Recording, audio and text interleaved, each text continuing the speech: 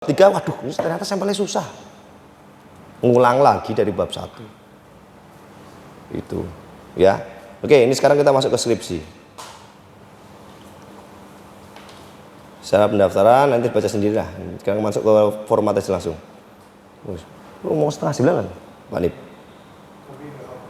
Lebih nggak apa-apa. Oke, nah di babnya skripsi itu secara ringkas formatnya ada 6 bagian teman-teman. 6 bagian, 5 bagian. Yang pertama adalah pendahuluan. Pendahuluan itu kalau bisa tadi kalau praskripsinya udah mantap, pendahuluannya nggak perlu banyak diperbaiki lah. Nanti mungkin revisi sedikit. Kajian pustaka.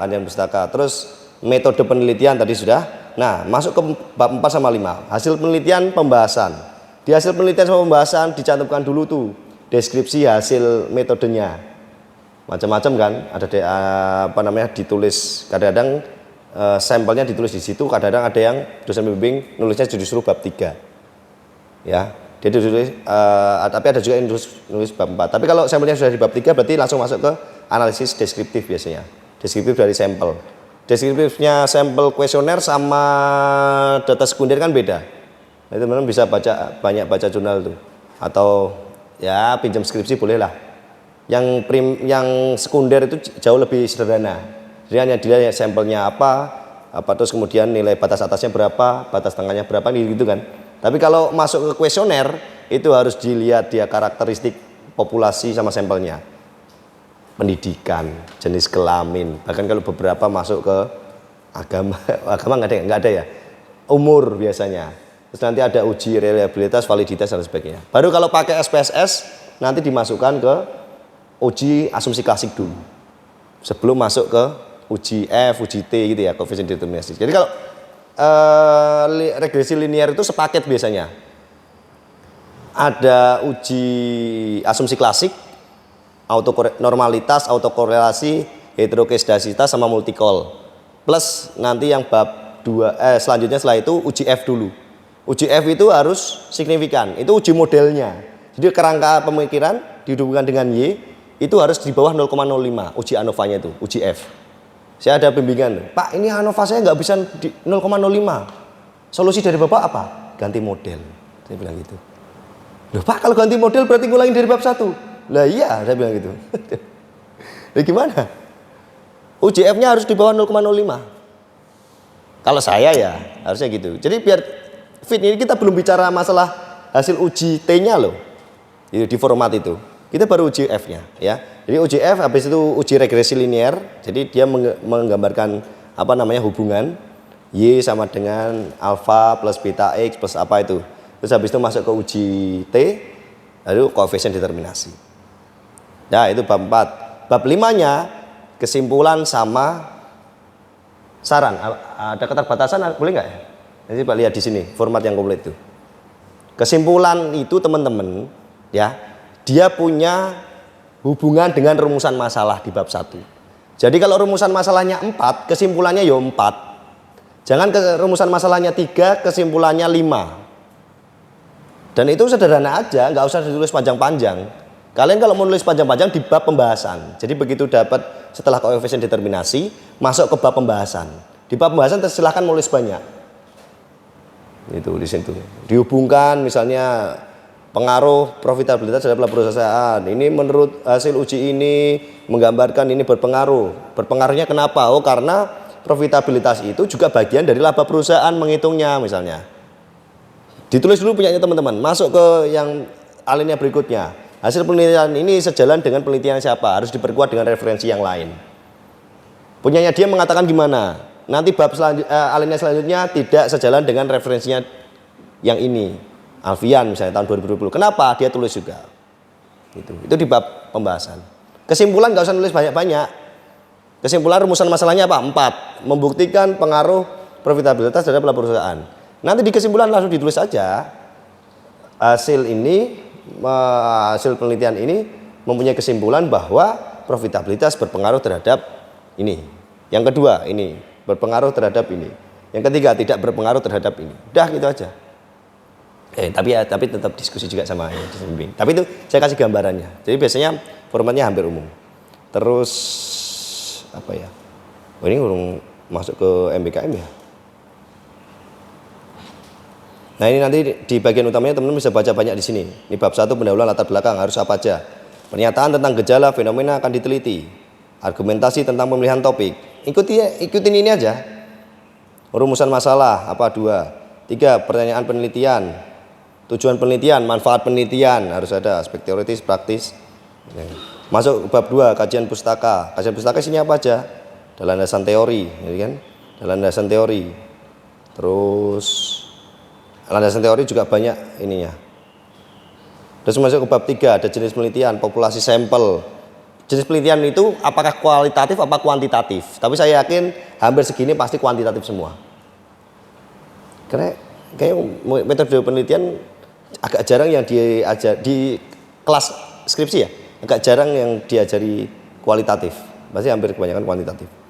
Kuantitatif itu pakai alat analisis, misalnya SPSS atau AMOS atau PLS, dia ada angkanya untuk membuktikan kesimpulan. Tapi kalau kualitatif enggak, dia biasanya pakai macam-macam tuh, ada grand theory, ada case base misalnya gitu. Jadi dia pakai wawancara, pakai ini, banyak lah pokoknya itu. Nanti enggak selesai. Tapi saya yakin pasti hampir semuanya pakai kuantitatif. Sumber jenis data, metode pengumpulan data, ikutin ini aja, variabel indikator gitu ya. Dan analisis sampai ke daftar pustaka. Lampiran. Nah ini kalau yang skripsi kemudian bagian halamannya ini diatur di sini teman-teman. Ya skripsi harus berapa, lambang unisulanya loh. Lambang unisulanya diatur Pak 5,5 cm. Ya. Kok diatur ya Pak 5,5 cm? Ya iya namanya karya ilmiah itu harus mengikuti format penulisan itu. Ya mungkin di sini di Unisula dengan yang di Undip dengan di Unika beda-beda gitu. Jadi teman-teman kalau bisa mau cari referensi ya jangan di luar dari Unisula. Karena nanti beda penulisan, beda format juga. Gitu. Jadi kalau mau banyak baca skripsi misalnya, itu skripsi Unisula. Tapi kalau bisa skripsinya jangan dimasukkan ke referensi ya. Referensi aja nggak boleh masuk, apalagi copy paste tuh. Referensi aja boleh masuk, apalagi copy paste. Karena di praskripsi skripsi itu kan digunakan Turnitin. Jadi Turnitinnya kalau nggak salah 25% ya. Itu. Jadi di Turnitin dicek plagiasinya itu harus di bawah 25%. Kalau di atas 20% nggak boleh praskripsi dulu, nggak boleh ujian dulu. Sampai di bawah 20%. Makanya hindari plagiarisme dengan cara tidak mengcopy paste. Gimana Pak caranya berarti? Baca, nulis. Wah, kapan Pak selesainya gitu misalnya. Ini namanya skripsi kayak tadi, sebuah hasil mahakarya yang ditulis hanya 1 tahun, sekali seumur hidup, ya memang gitu. Itu ya. Oke, terus apa lagi? Halaman judul, halaman pengesahan, sampai teman-teman nanti di sini ditunjukkan betul contoh ininya. Nah, contoh. Nah ini tajuknya. Isinya apa aja sih misalnya? Oh ini di daftar pustakanya dia. Ini daftar pustakanya nih. Pengesahan, pernyataan, abstrak yang miring itu yang in English ya. Abstrak, intisari, prakata, daftar isi, daftar tabel, daftar gambar. Untuk tabel judulnya di atas teman-teman. Untuk gambar judulnya di bawah. Ya. Untuk gambar judulnya di bawah. Bedanya tabel sama gambar. Nggak bisa bedain. Bisa ya? Bisa. Oke. Nah, ini fontnya juga dihitung toh. Nih, margin atas kanan kirinya berapa nih? 4 cm, 4 cm, 3 cm, 3 cm diatur nanti. Terus kemudian hurufnya Times New Roman, jadi nggak boleh pakai Comic Sans. Apalagi abadi. Abadi ada loh. Saya kalau nulis kajian misalnya, kajian dia dinas gitu, tidak disuruh harus format Word-nya, kata-katanya apa, saya pakai abadi. Bagus kalau menurut saya. Tapi kan nggak boleh pakai gini. Dia harus pakai Times New Roman ya Times New Roman. Nih, isinya 12. Tebalnya kalau judul berapa misalnya? Nama penulis judul 12. Ikutin aja, lembaga 14. Tulisan lain pada judul 10, gitu ya. Spasi 1,5 kalau salah. Oh, 2, maaf. 2 spasi. Nih ya. 2 spasi. Jarak antar barisnya pakai 2 spasi. Itu agak membantu kan ya, teman-teman ya. 2 spasi 100 halaman bisa 2 spasi, 200 halaman. Tapi sebenarnya gini, ukuran baik atau enggak itu enggak tebelnya kok. Langsung to the point-nya itu loh. Jadi latar belakang itu kalau bisa tadi indikatornya apa aja, jelaskan di situ sudah mengikuti indikator. Ada semua indikatornya. Itu udah baik. Jadi bukan nulis muter habis dari fenomena definisi. Fenomena lagi, definisi lagi, muter di situ aja. Itu juga nggak bagus juga. Jadi Pak skripsi yang tebal itu apakah lebih baik Pak? Enggak juga. Gitu. Yang sesuai indikator yang bagus. Terus di sini nanti teman-teman bisa lihat juga. Apa nih? Di bawah. Nah ini. Nah, kutipan ya, contoh kutipan ini teman-teman ya. Jadi ada banyak kutipan yang boleh dipakai, tapi ketika teman-teman sudah pakai reference manager, PDF-nya ditaruh di sana, itu kebanyakan pakai yang ini. Jadi nama terus kemudian tahun gitu. Sebenarnya bisa diedit juga sih, nanti tanya sama Budian cara ngeditnya. Yang dia itu bisa agar bisa sesuai format dalam penulisan karya ilmiah. Oke. Terus ini dari penulisan daftar pustakanya. Pak, kalau saya ambil dari internet gimana Pak? Boleh pakai internet dong. Tapi kalau bisa sih jangan banyak-banyak. Yang banyak apa yang jurnal. Ini yang jurnal kalau pakai reference manager nanti sudah kelihatan jurnalnya. Sudah terbentuk sendiri. Ini buku kayak gini. Ada nama, tahun, ini bukunya terus sampai ke apa namanya? Publishingnya siapa. Tesis disertasi boleh. Ini skripsi jangan ambil referensi skripsi juga. Apalagi copy paste dari skripsi. Kalau di sini diperbolehkan berarti tesis atau disertasi. Jadi satu tingkat di atasnya. Gitu ya. Tesisnya macam. Terus kemudian kalau rujukan elektronik, nah ini bentuknya gini. Jangan copy paste langsung ini ya, apa namanya? Linknya langsung ditaruh di daftar pustaka. Dia ada formatnya juga. Ambil dari BPS gimana Pak? Nah, ini ambil BPS. Artikel tanpa penulis gimana Pak? Ini. Jadi beberapa kalau artikel di elektronik itu kan ada yang ada penulisnya, ada yang nggak ada penulisnya. Nah yang nggak ada penulisnya pakai yang bawah. Kalau ada penulisnya pakai yang ini. Jadi rujukan elektronik kalau ada penulisnya pakai yang ini. Ini sampai www-nya ada nih. Ini tanggal aksesnya. Tanggal aksesnya teman-teman kapan? Gitu ya. Terus apa lagi ya? Oh ini contoh nih. Contoh sampul depan. Nah teman-teman bisa baca di sini. Lihat sini. Oh contohnya gini. Ini sula. Kalau bisa ininya yang terbaru ya teman-teman ya. Terbaru apa ini ya? Saya lupa. Kalau disuruh ini baik ini dulu deh. Baik ini nggak apa-apa. Jangan kasih berwarna gitu. Formatnya nggak suruh berwarna nanti salah lagi. Ya pokoknya ngikut ini aja. Nanti kalau disalahkan lu kok hitam putih? Lah formatnya hitam putih Pak gitu. Tanya dosen pembimbingnya. Ya. Tapi juga nggak banyak sih yang mempengaruhi apa namanya mempermasalahkan ini mempengaruhi. Nih program studi akuntansinya di sini. Kalau manajemen ya manajemen. Disusun nama Universitas Sultan Agung, fakultas, prodi apa, Semarang, tahun berapa. Siapa lagi? Di sini ada contoh banyak tadi. Ini sampul-sampul ya.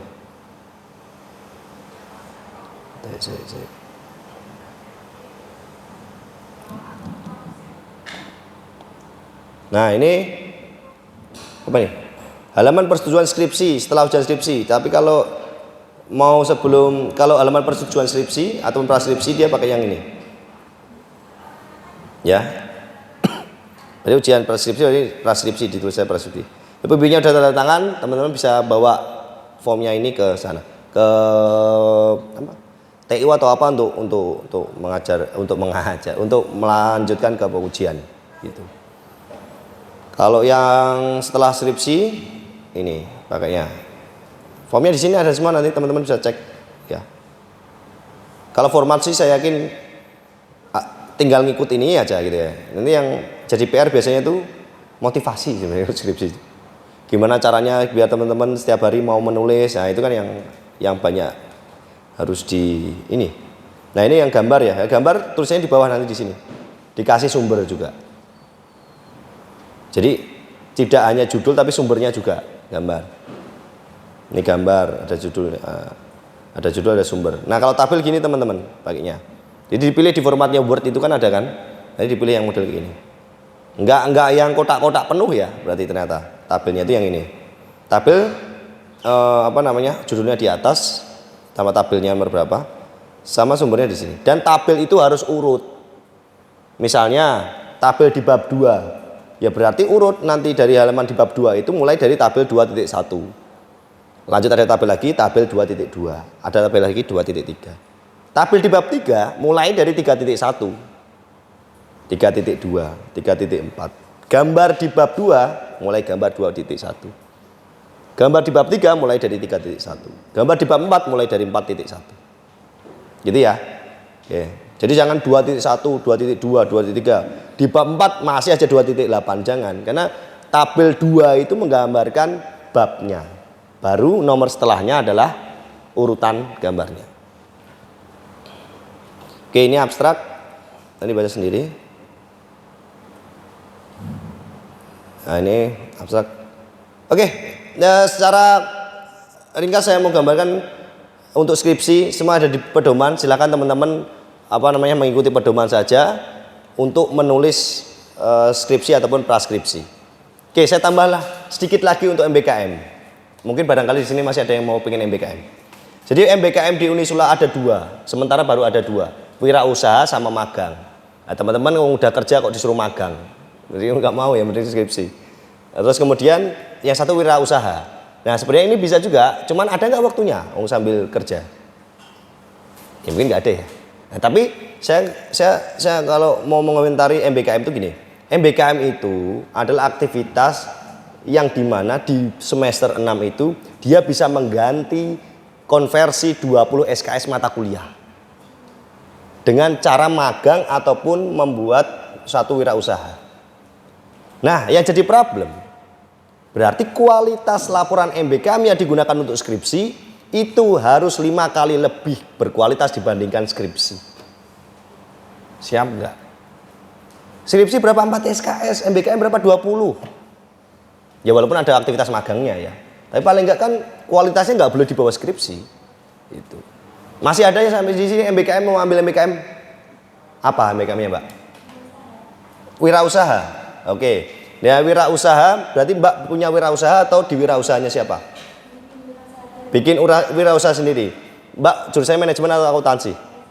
Manajemen. Nah, wirausaha ada di sini kegiatannya ya. Nanti sama kayak ini. Jadi dia dibagi 2 juga.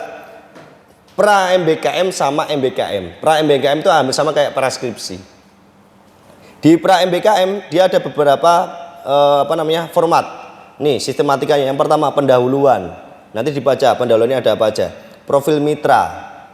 Kalau mitranya Mbak sendiri ya wis ditulis perusahaannya Mbak sendiri misalnya ya. Ini wirausaha apa magang ya? Oh ya benar wirausaha. Terus aktivitas kegiatan wirausahanya apa? Gitu ya. Mengikuti pelatihan, upaya untuk menemukan di berusaha gitu. Melakukan penelitian terhadap peluang bisnis sampai ke bab 4 bisnis model kanvas. Nah, harus apa aja? Key equity, customer segmentnya bagaimana gitu ya. Key resource, kajian pustaka itu yang pra MBKM. Yang MBKM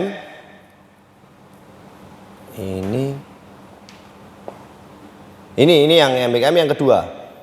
Pendahuluan, profil mitra, aktivitas kegiatan, bisnis model kanvas, kajian pustaka, ditambah analisis dan pembahasan. Sama kesimpulan dan rekomendasi. Kemudian ada juga refleksi diri. Babnya jauh lebih banyak karena skripsi tadi secara bagian hanya 5 ya. Yang ini 8. Nah, teknisnya gini Mbak, yang wirausaha itu. Coba kalau bikin judul, ya kan kita tahu nih mau bikin wirausaha bener ya. Cuman kaitkan dengan manajemen. Kamu konsentrasi manajemen apa? Oh, kurikulum baru ya wirausaha. Ya, bener-bener di wirausaha itu bagaimana? Bagian apanya misalnya wirausahanya? Saya juga bimbing MBKM ada satu yang wirausaha, tapi dia akuntansi. Enggak manajemen. Makanya saya suruh analisisnya walaupun wirausaha itu adalah laporan keuangannya dia. Maksud saya gitu. Jadi dihubungkan aja sama konsentrasinya Mbak. Itu. Misalnya yang akuntansi tadi, nggak boleh akuntansi kok ngurusin pemasaran. Saya kasih tahu di awal tuh. Mbak kan akuntansi, MBKM ya sih MBKM wirausaha, tapi nggak boleh pemasarannya. Lah apanya Pak? Laporan keuangannya. Nah, nanti saya arahkan tuh karena dia terus saya bikinkan sekalian waktu itu kayaknya. Fintech sama apa ya? Jadi fintech nanti diambil dari pendapatannya dia yang dari Shopee atau apa, terus teknologi digital marketingnya diambil dari orang transfer, Instagram dan sebagainya, sampai ke laporan keuangannya dia di labanya, net profit margin. Itu. Jadi walaupun wirausaha isinya, tapi di dalamnya itu dia ngukur tuh apakah fintech sama teknologi digital marketing itu berpengaruh terhadap laba wirausaha saya. Saya tulis juga pakai SPSS. Hampir sama kayak skripsi. Tapi kan dia lebih mendalam di situ karena usahanya dia sendiri kok. Udah pasti bermanfaat karena buat dia sendiri. Ya maksud saya gitu loh, MBKM sama skripsi itu.